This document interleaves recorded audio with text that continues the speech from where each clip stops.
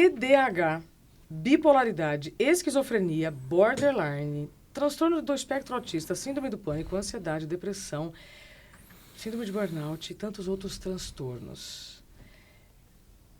Eu estou lendo o que o autor Rafael Papa traz no livro Transtornos Mentais e Remédios Espirituais.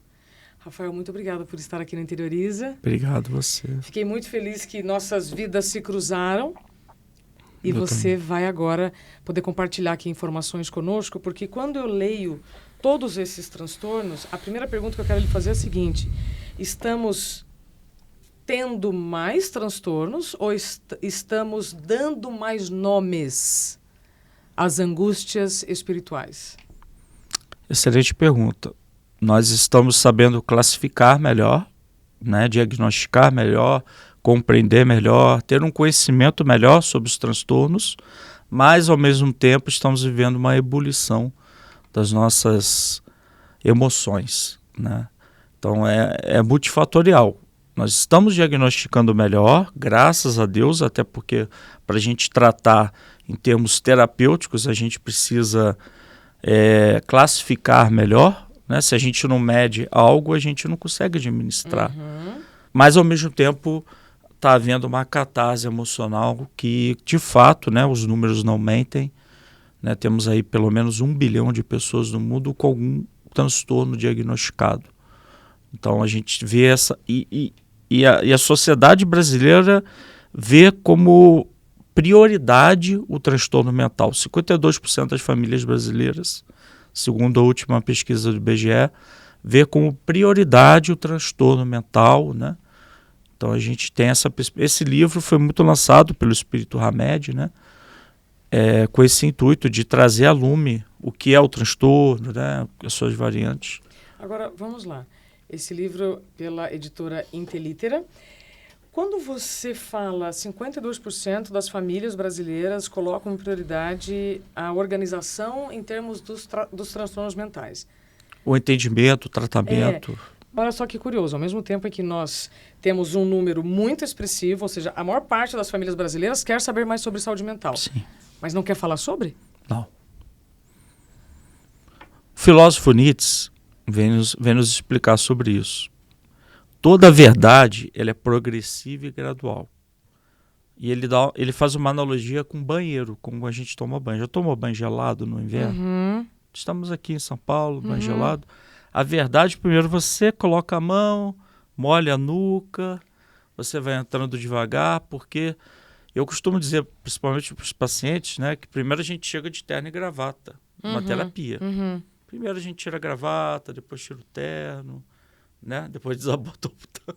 Aos poucos, E aos poucos a gente vai descortinando as questões mentais. Então eu acredito que seja um processo progressivo, porque nós viemos de uma educação emocional. Nós nem viemos de uma educação emocional, na verdade, né? Então nós estamos agora começando a compreender programas como esse e tantos outros, né? Uma capacidade real, né, de trazer o que é os transtornos mentais, mas de uma forma correta, digna, né? Uma forma científica também. Como a espiritualidade vê os transtornos mentais? Os espíritos, principalmente o espírito Hamed e o espírito Joana de Ângeles, trabalha junto com o Divaldo Franco, percebem e nos trazem que nós somos seres imortais, né? E nós trazemos bagagens espirituais, que a nossa mente é um grande armário, que ele é cheio de gavetinhas, e cada gavetinha tem as memórias de outras existências. Só que chega um ponto em que nós cometemos tantos erros, tantos equívocos, fracassamos tanto do ponto de vista material nos nossos projetos encarnatórios, que essas gavetas vêm a lume.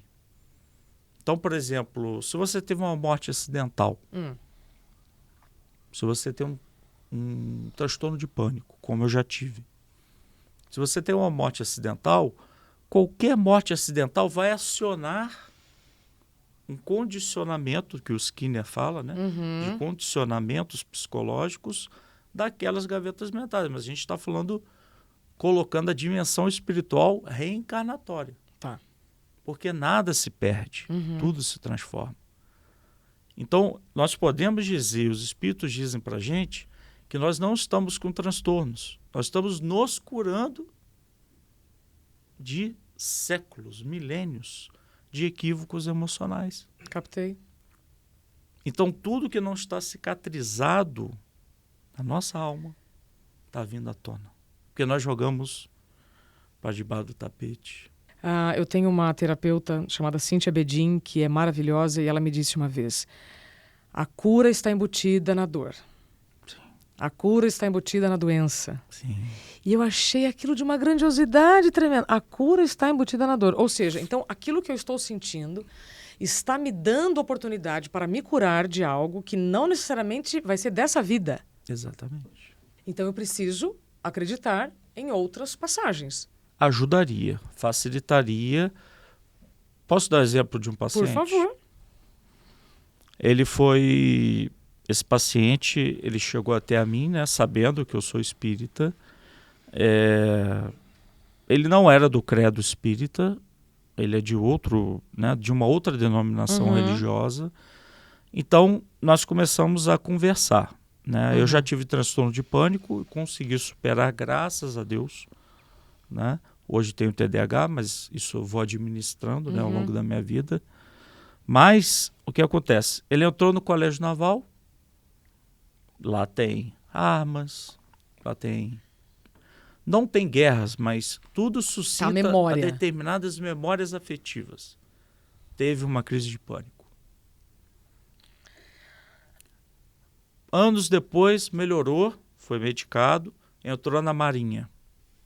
Teve contato novamente com as mesmas circunstâncias. Armas, uniformes e outras questões. Síndrome do pânico. Recentemente, quando ele não aguentou mais, que ele ficou incapacitado do trabalho, teve que nos procurar, poderia procurar qualquer pessoa, mas me procurou. A família ia viajar para Portugal com os filhos e ele teve um sentimento de perda. Então, no passado, aquele homem, de acordo com a espiritualidade, teve um acidente, né? Vivia em um momento de guerras, né? Em um momento de conflitos, que não foram poucos na humanidade. Todos nós. Né? E aqueles gatilhos não eram dessa vida, porque ele não havia tido, ele não foi para guerra nenhuma. Se ele não foi para guerra nenhuma, de onde vem o trauma? Nessa vida. De onde vem o trauma? Então nós temos uma hipótese que eu não posso dizer que é verdade, porque eu ainda estou estudando para que isso se torne uma verdade científica, de que alguns gatilhos que nós temos, principalmente medos desses, por exemplo, eu tenho medo de altura. Por mais que você fale que eu não vai cair, eu vou sentir medo. Porque o meu medo é irracional. Ou seja, aí nessa memória desta vida do Rafael, você nunca viveu nada. Nunca caí de muro, nunca... É garotinho de play. E o que vai explicar isso é que existe alguma memória que não é dessa passagem, Exatamente. É de outras passagens. Exatamente. Eu estou chamando passagem de vida, tá? Eu estou tentando aqui de ser muito cautelosa, eu espero que você que está nos acompanhando esteja entendendo os cuidados com as minhas palavras para não afastar ninguém de si, porque espiritualidade é se aceitar. Com certeza. E eu vou dizer isso porque quando eu tive o diagnóstico da síndrome de burnout e tudo aconteceu como aconteceu, eu demorei uns 2 anos, mesmo sendo espírita, e aí eu já estou dizendo aqui, de fato, para alguém me dizer assim, então, Isabela, você sabia que quanto mais perto de um problema de saúde, mais longe você está da espiritualidade? Rafael do céu, aquilo caiu assim, né? Como uma faca. E eu falei, eu estava mesmo. Eu estava muito distante de mim. Estava muito distante da minha espiritualidade, por mais que eu estivesse frequentando o centro espírita. O filósofo Sêneca tem uma frase muito bonita. É um filósofo estoico, né? Sou muito apaixonado pela Lucilena Galvão. Maravilhosa. Quem não é apaixonado por essa mulher, né? Totalmente. E ela veio e diz assim, o Sêneca foi ler a vida de Sêneca, né? Sêneca foi morto por Nero, né? E Sêneca diz o seguinte: a desilusão é a visita da verdade. Nós estamos iludidos, estamos no caminho errado, no caminho pavimentado para caminhos, talvez inconscientemente, muitas vezes, porque nós estamos trabalhando, tentamos dar o nosso melhor. Mas às vezes a desilusão é a visita do que precisa chegar como verdade. Absolutamente. Que são os sintomas. Se não fossem os sintomas, nós não saberíamos que estaríamos doentes. Então, os sintomas são extremamente importantes. Menino, você sabe que eu cheguei outro dia a uma conclusão que a dor é mensageira? A dor é mensageira. A dor A dor avisa. Totalmente. Se eu pegar minha mão e botar perto do... Uma vez eu vou confessar aqui um crime. Eu peguei uma bala, né, de um... colégio de freira, né? Fui fazer as minhas artimanhas, eu peguei uma bala e não paguei a bala. Minha mãe descobriu, o homem anotou, né? Advertência. Cheguei em casa, minha mãe, vou botar a sua mão no fogo. Eu falei, mas não faz isso não. Quando ela chegou perto, eu senti o calor. Quer dizer, o corpo físico, ele avisa a gente quando a gente está em perigo. E o nosso aspecto emocional avisa a gente também quando a gente está em perigo. Entende? Mas se eu nego as minhas emoções, se eu nego o que eu estou sentindo, continua muito pior e a situação vai se agravando. Por isso que Carl Rogers, ele traz um grande paradoxo, que eu tento interpretá-lo espiritualmente, que é a da autoaceitação. Se você aceita uma emoção, você já está em processo de mudança. Na prática, estou vivendo uma situação, estou com raiva, ou estou sentindo inveja, ou estou sentindo... Aceita? Por que eu estou vivendo isso aqui? Isso. Eu estou gastando a minha energia na inveja, ao invés de gastar a minha energia em ser alguém melhor. Por exemplo, eu estou começando a fazer podcast.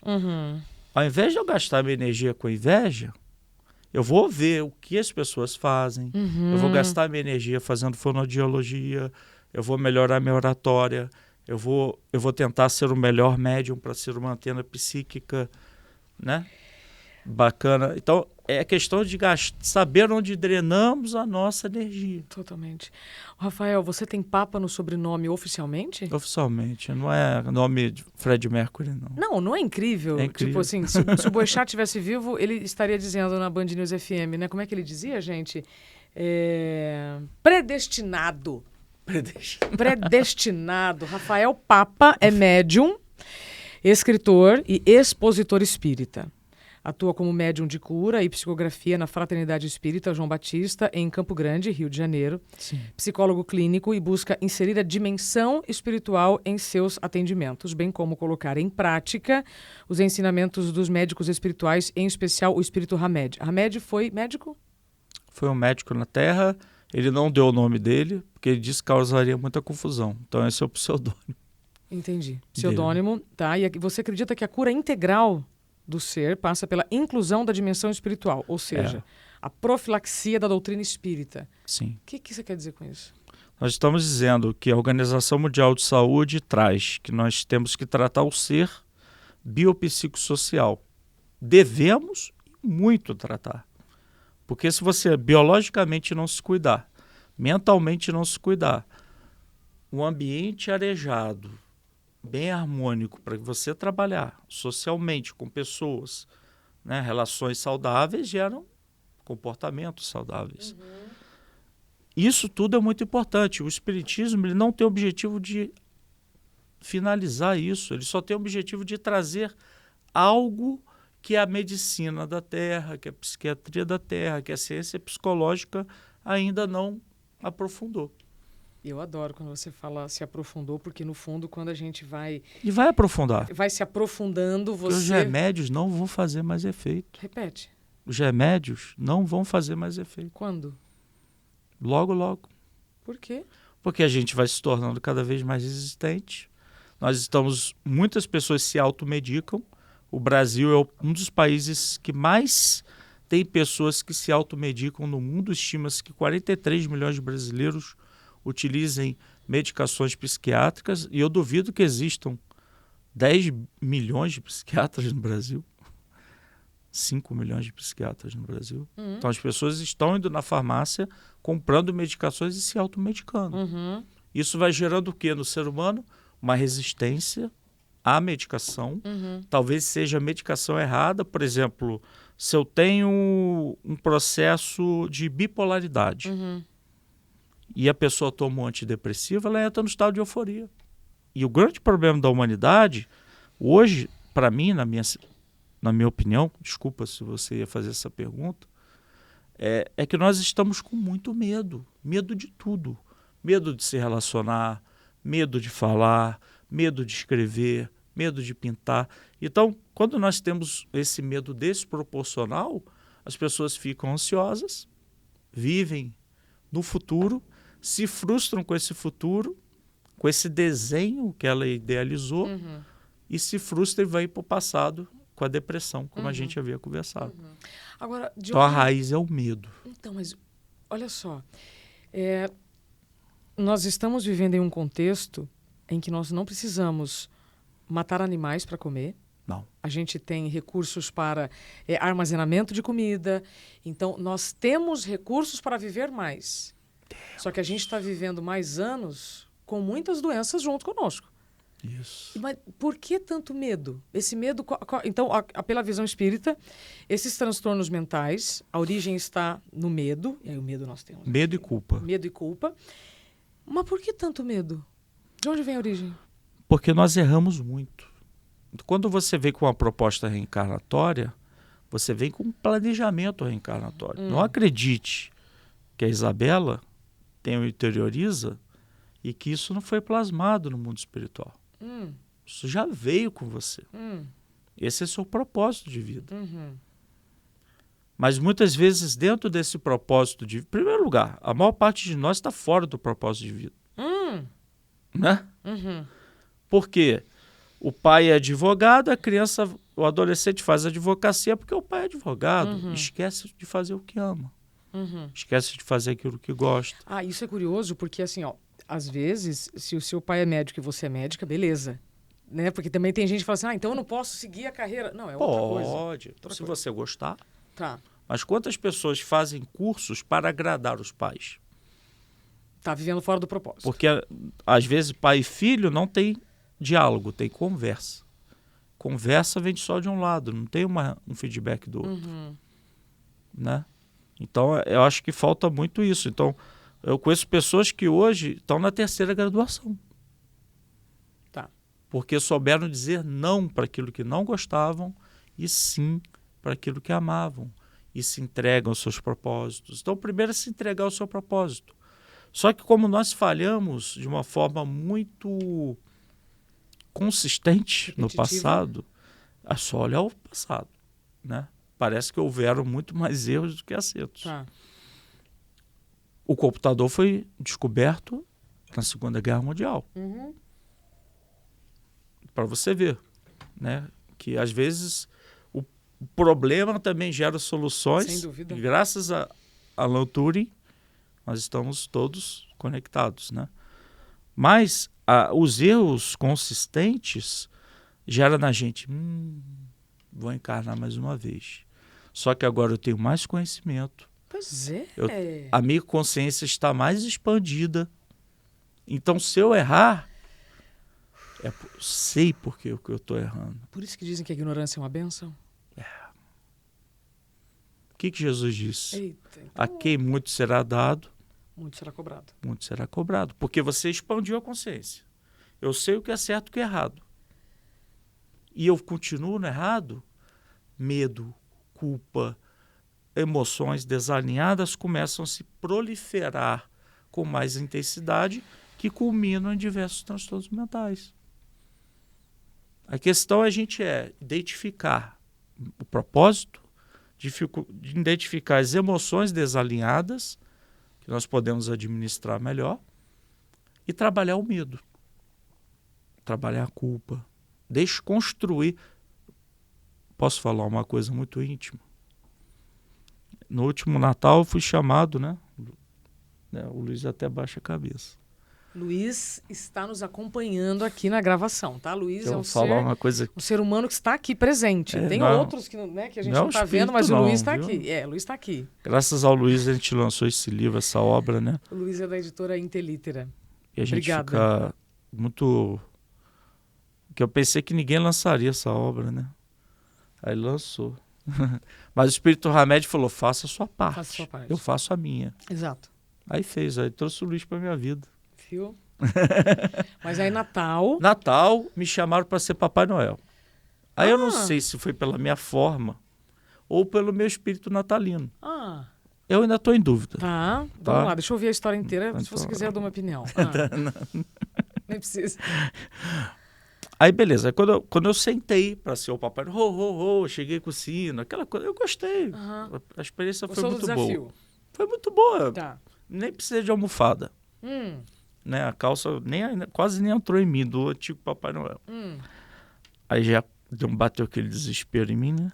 Aí cheguei, a primeira criança que botaram no meu colo, o pai chegou.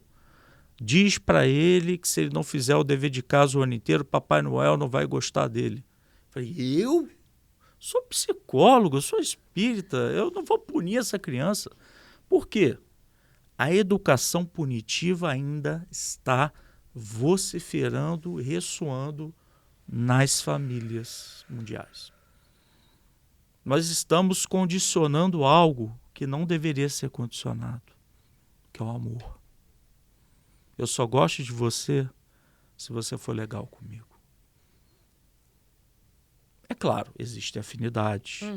Existem pessoas que se afinizam mais e se gostam mais por isso. Mas quando eu estou falando de um sentimento de pai para filho, o amor deve ser incondicional. Não é porque você tirou boas notas que você vai ser amado. Você vai puxar. Olha, precisa melhorar, mas papai te ama. Ele não vai deixar de te amar porque você tirou mais notas. Então eu conversei. O Papai Noel virou psicólogo. Comecei a conversar com a criança, do meu jeito. Se a gente não aproveita essas oportunidades... Isso é muito sério. A gente tem que aproveitar essas oportunidades. Eu não faço o que eu faço porque... Como é que eu posso dizer? Hoje eu estou fazendo o que eu faço porque eu farei isso até de graça. Mas não é por isso que eu vou fazer de graça, mas porque eu tenho a minha responsabilidade com o que aconteceu comigo. Sim. E aí quando você fala... E se não fosse os seus sintomas, você não estaria aqui. Ô, Rafael, quando você me fala assim, quando você tem uma crise de pânico, ou seja, quando você tem um mal-estar, quando você tem um sintoma que está te impedindo de entrar em um determinado lugar ou fazer determinada coisa, ali está a sua cura. Sim. Estampado. A gente só precisa desembrulhar a cura. Mas quanto mais eu evito falar disso, e você falou aqui um negócio para mim que foi chocante, ou seja, eu já sei que o trem é errado e eu continuo no trem, Aí a culpa ela vai se expandindo e chega num ponto que a pessoa... E às vezes questões inconscientes. Eu sei que estou errado em falar alto com meu filho, mas eu continuo falando alto. Eu sei que eu tenho que parar de fumar, mas eu continuo fumando. Por que a gente faz isso? Porque nós queremos... Para nós mudarmos o comportamento, nós temos que sair da zona de conforto. E muitas vezes a zona de conforto é o lugar onde a gente guarda energia, é um lugar que é seguro, é um lugar conhecido. Total. É um lugar que eu estou bem, talvez. Mas as pessoas têm que se perguntar, qual o custo emocional desse bem ilusório? O quanto de instabilidade emocional você está apto a assumir para manter a sua estabilidade financeira? Isso. Ou seja, né, a gente fica aceitando a estabilidade financeira, desconsiderando a estabilidade emocional. Qual o custo emocional disso? Daqui a pouco eu estou encharcado de remédios. Daqui a pouco eu não convivo mais com a minha família. Daqui a pouco eu não faço mais minhas viagens para refazimento emocional. Isso é burnout. Burnout. Estou em ambientes... As pessoas não têm noção de uma reunião de negócios, a vibração deletéria. Vou contar um caso. Por favor. De uma médium, Ana Guimarães. E ela entrou na casa de uma família que eles gritavam muito e falavam muito palavrão.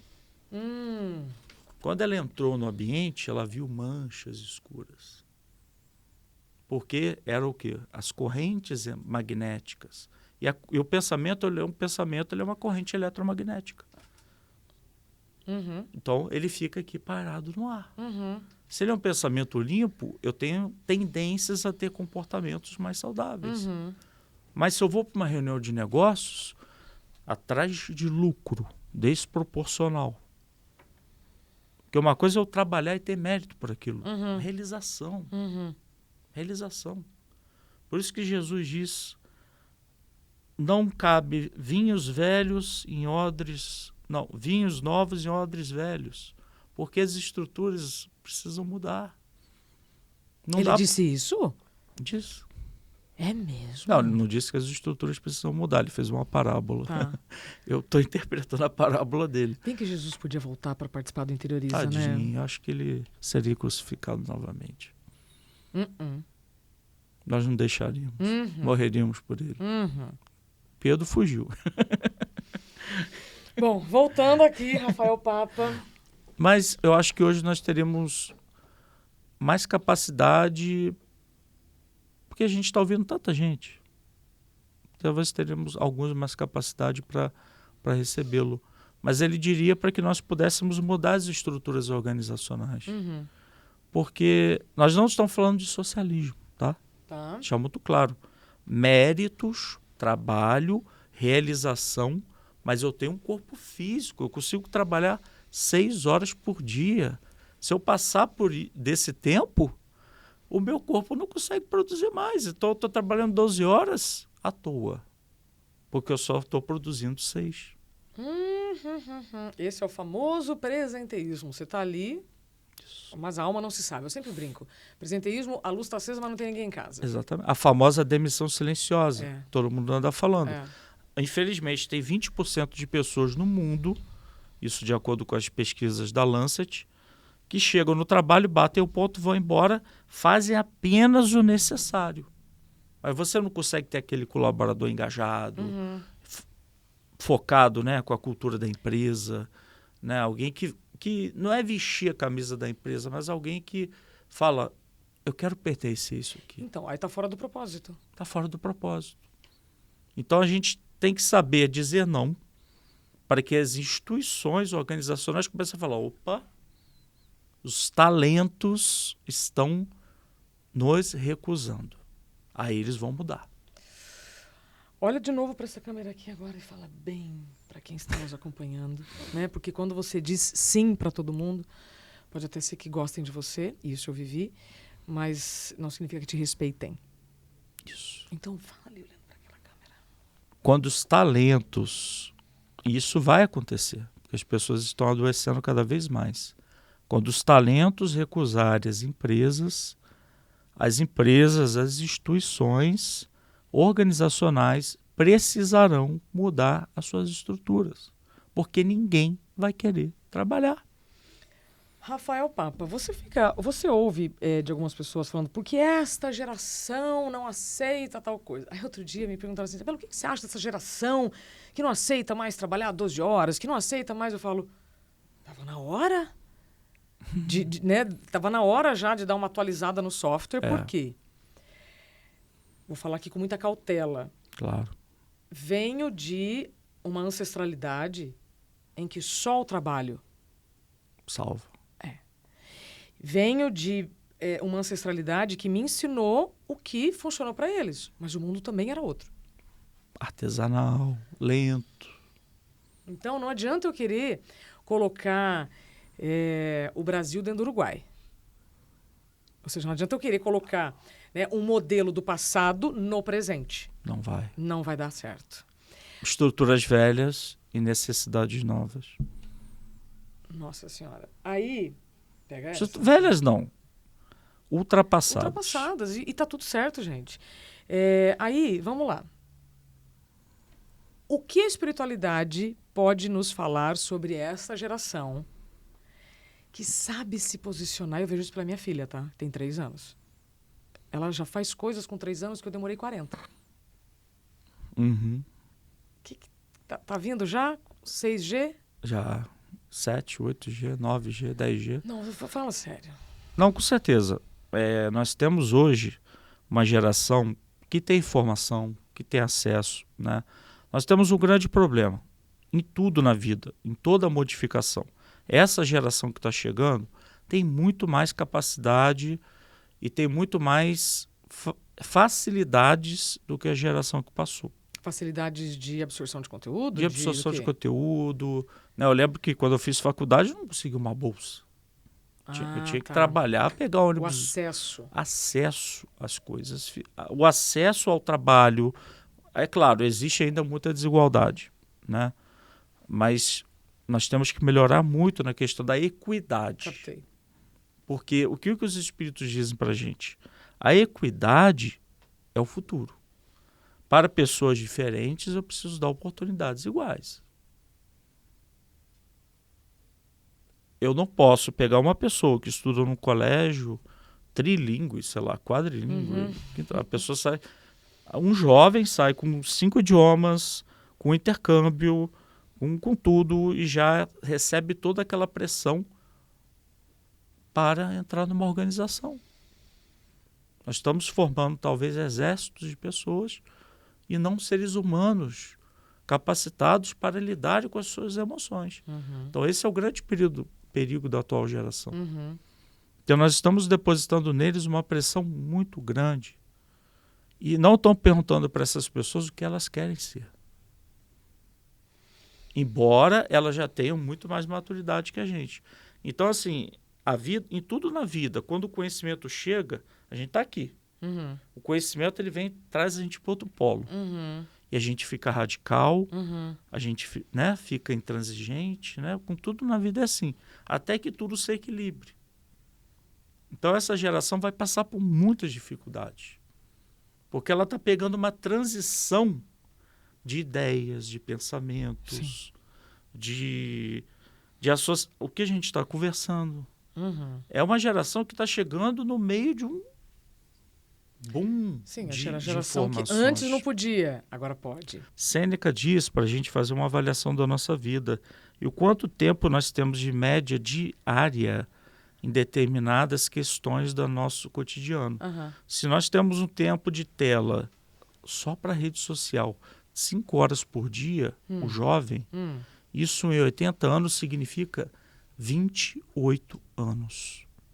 Nós dormimos 26, deveríamos dormir 26. 28 mais 36, 34, 54. Dos 80, eu dormi ou fiquei no Instagram. Eita! Tá vendo? O paradoxo, eu vivo mais, mas eu faço menos. Não, imagina Sêneca sabendo disso hoje. Porque ele, quando fala isso, nem relógio de sol tinha. E o tempo no trabalho? Eu botei lá, eu fiz a conta, né? Eu botei no quadro lá, né? Lá na universidade, mas você botar 2 horas para ir para o trabalho e 2 horas para voltar. A média nacional é essa. São 4 anos. São mais 20 anos no trânsito. Então eu já estou com 74. Ou seja, escolhas... As escolhas que eu faço determinam quem é você. Isso aí todo mundo fala. Né? Mas como vou reorganizar o meu tempo diante de tudo isso? Eu preciso diminuir a tela. Fato. E eu preciso parar de miniaturizar a vida. O que é miniaturizar a vida? Sair. Eu chamo de obsessor. Tá vendo? É assim. Saímos das telas e voltamos à realidade. Por quê? Antigamente, no meu tempo, quando eu morava no Meier, no Rio de Janeiro, nós jogávamos bola de 8 da manhã até 10 da noite. Ninguém machucava, tinha lesão, rompimento de ligamento. Era uma festa. A minha mãe, quando a minha avó ia visitar a gente, falava assim, Rafael, pelo amor de Deus, passa 1 hora com a gente almoçando. Tá, ou seja, você estava só brincando. Eu queria jogar bola, era pereba, mas naquela época não tinha ranking. Entendi. Todo mundo jogava, era uma festa, então todo mundo ia jogar. O que acontece? Eu brincava com crianças.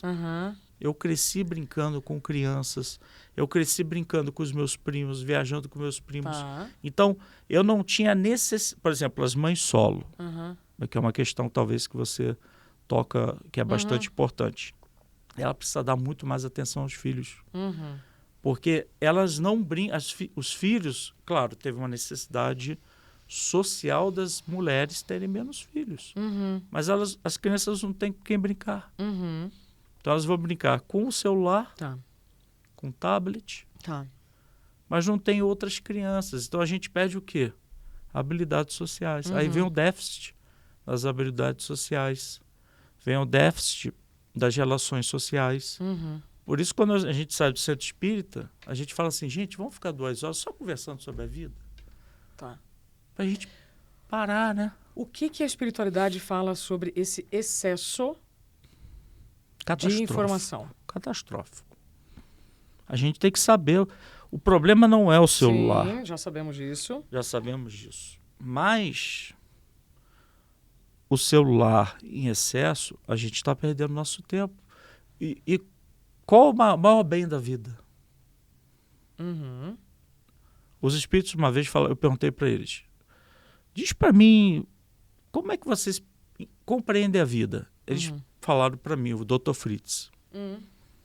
A vida é como uma corrida de Fórmula 1 e a encarnação é como um pit stop. Falei, mas tão rápido? Muito rápido. O nosso recurso, nosso maior patrimônio hoje é o tempo. Sempre foi. Então, se a gente não se descolar do tempo, a gente vai chegar lá no mundo espiritual e falar, putz, poderia ter ficado menos no Instagram. Poderia ter feito menos isso. Mas não é largar de lado. É saber usar de uma forma mais... Século XVI, o médico Paracelso já disse, a diferença entre o veneno e o remédio é a dose. É a dose. Paracelso trabalha com a gente. Mentira! Juro. Vamos agora, breaking news, vamos encerrar a gravação, porque eu preciso... Mentira! Verdade. Se manifestou semana retrasada através de um médium, e o médico alemão, né, Paracelso, von Hohenheim, e maravilhoso. Por que minha cabeça está doendo tanto aqui? Talvez tenha uma influência espiritual, né? Ave Maria. Bom, todos nós somos, né? Querendo total. ou não, de ordinário, né? São os espíritos que nos dirigem. Então, se a gente está falando de assuntos importantes, interessantes, eles estão te guiando, também possivelmente me guiando, né? Eu acredito totalmente nisso. Ô, Rafael, tenho certeza que esse é o primeiro de outros papos que nós teremos. Eu queria deixar agora os caminhos para quem quer te conhecer mais, quer ler o livro Transtornos Mentais e Remédios Espirituais. Quero aproveitar e mandar um beijo para Rossandro Klinger, que fez essa conexão maravilhosa. Eu vou estar com o Rossandro essa semana que a gente está gravando. Que a gente vai estar gravando aqui. E aí, quem quer agora continuar? Quem quer saber como conversa contigo, marca uma consulta contigo, enfim. Quem quiser se aprofundar, né, a gente tem que saber separar o espiritual do profissional. O espiritual a gente não cobra. Né? Aqui eu não estou para cobrar, porque eu estou aqui trazendo questões espirituais. Por isso que os 7 livros que você escreveu são... Todos são doados, né? 100% dos direitos autorais são doados para grupos sociais, assistências sociais. Ok. E agora principalmente ligados à saúde mental, né? Porque a gente quer alavancar, né? Instituições que tenham ligações, né, com a saúde mental. Então, a pessoa que quiser adquirir pode entrar no Hiperlivros, né, que é uma plataforma da Intelitera, para adquirir esse livro, né, para se aprofundar na psicogênese espiritual de muitos outros transtornos. Tá. E aí também consta, bacana, parte dele tem remédios espirituais. E no final a gente traz pacientes que eu atendi gratuitamente, porque foi no nosso centro espírita. Não cobrei, porque dentro do centro espírita a gente não cobra. Né? Isso é contra o que a espiritualidade nos traz, né?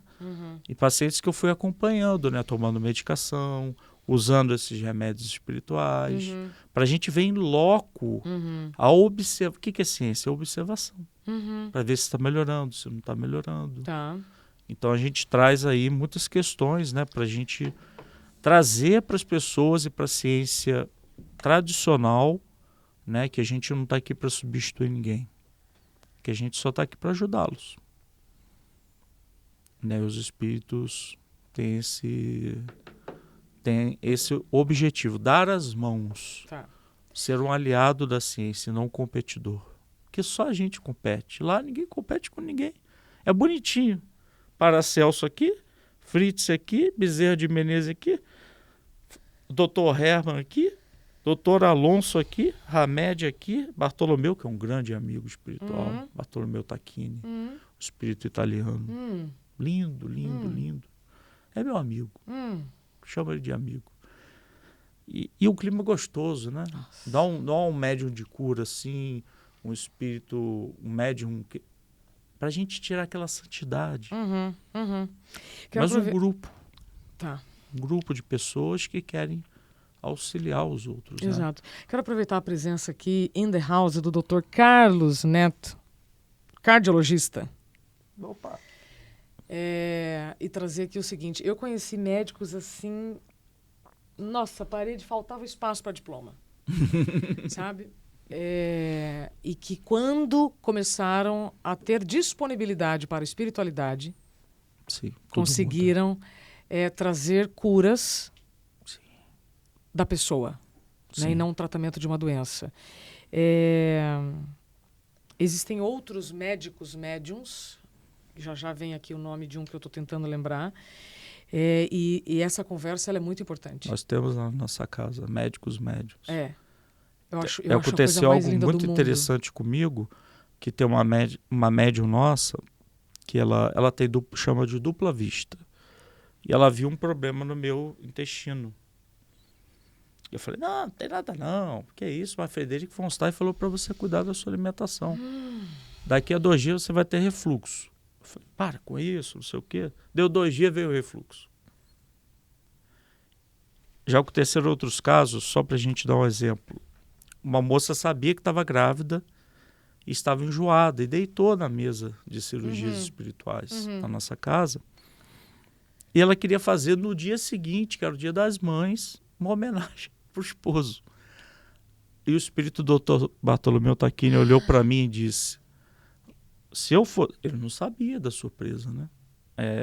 Vocês 3, por favor, façam um check-up, uns exames importantes, né? Vai na farmácia, né? Faz uns exames, né? Vai no laboratório, né? Eles falam farmácia porque às vezes a linguagem, né, não consegue apropriar.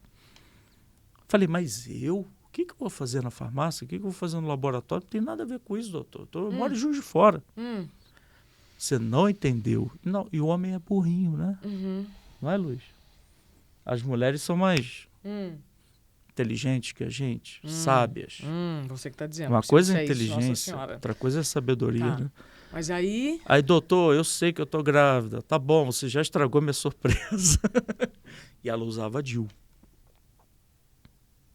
Eu adoro essas histórias. Gente, não vai dar para contar mais histórias. O nosso programa já passou do tempo, mas o que é o tempo cronológico? Cronos diante de Kairos, não é? Nossa, lindo muito bem. isso. Então vamos... A última.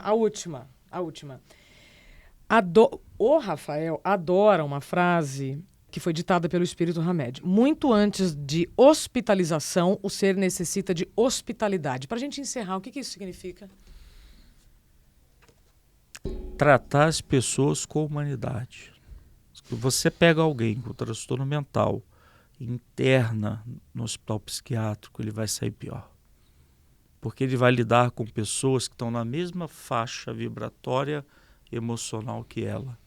E lá tem espíritos influenciadores, obsessores, que agravam os problemas de transtornos emocionais. Então as pessoas precisam cada vez mais das residências terapêuticas e menos de hospitais psiquiátricos que são encharcados de vibrações muito deletérias. E o acolhimento para esse ser que está em dificuldade.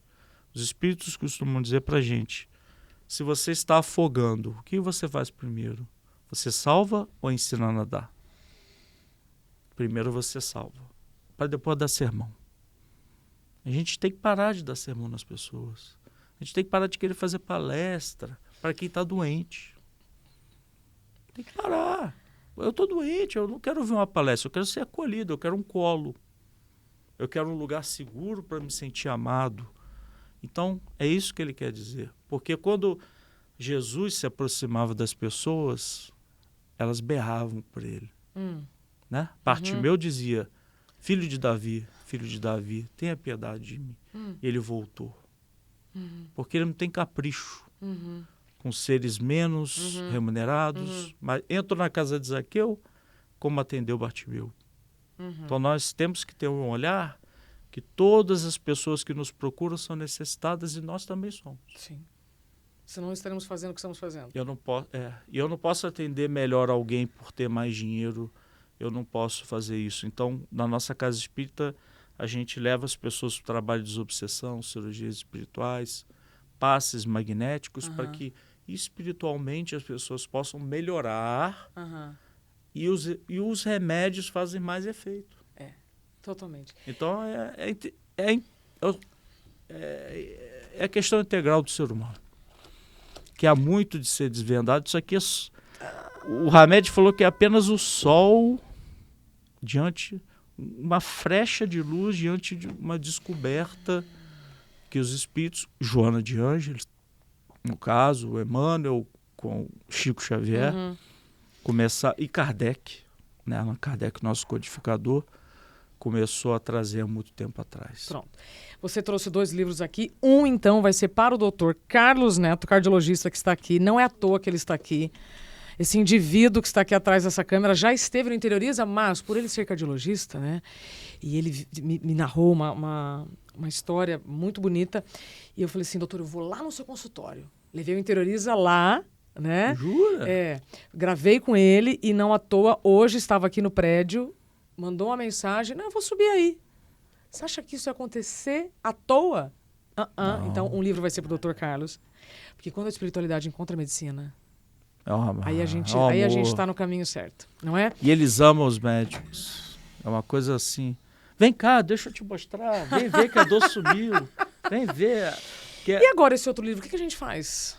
É seu, né? Não, não está autografado já. Não está né? autografado? Bom, nós podemos colocar... Mas o Luiz pode mandar uns 100, né, Luiz? A gente pode colocar na descrição aqui desse vídeo, quando a gente divulgar.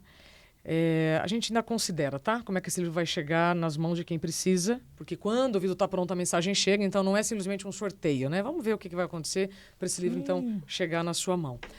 Rafael, muito obrigada. Eu que agradeço. Você faz um trabalho, então, também de arrecadação para a África. Você tem uma série de trabalhos, que é mais fácil, então, agora entrar em contato contigo. Isso, pelo Instagram.